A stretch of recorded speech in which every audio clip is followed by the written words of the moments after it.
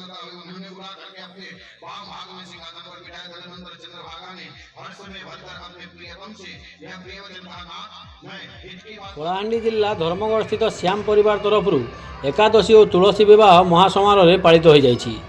पौराणिक कथा अनुଯାयी जेतेबेले भगवान विष्णु 4 मास शोइबा पर जागृत होती यह देवथानी एकादश कहुए। देव दीपावली बा देवथानी एकादशी मध्य कहुए। यही दिन विवाहर शुभ समय आरंभ होता है। तुलसी विवाह यही देवथानी एकादशी परदिन अर्थात कार्तिक मासर शुक्ल पक्षर द्वादशी पालित होता। सनातन धर्मर विश्वास अनुଯାयी यही पूजा करने द्वारा संतान प्राप्ति होता है। विवाह पर तुलसी देवी को 16 श्रृंगार प्रदान करा जाए।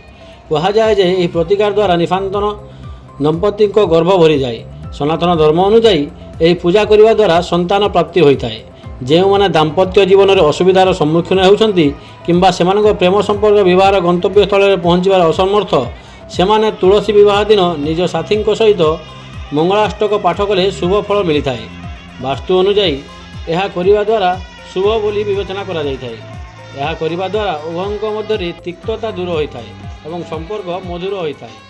सही समय प्रेम संपर्क विवाह पहुँची जाता है।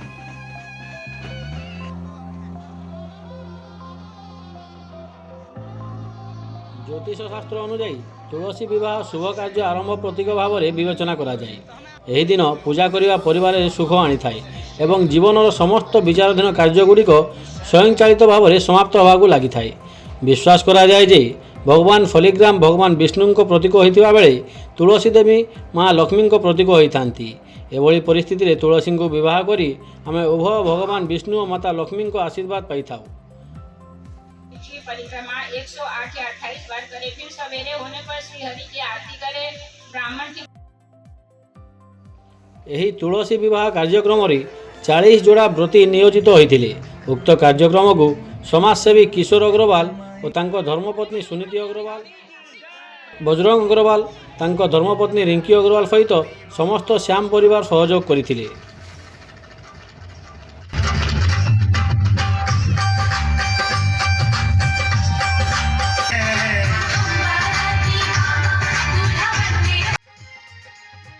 धर्मगढ़ लक्ष्मीकांत ढंगणामांझी को रिपोर्ट सत्यर स्वर।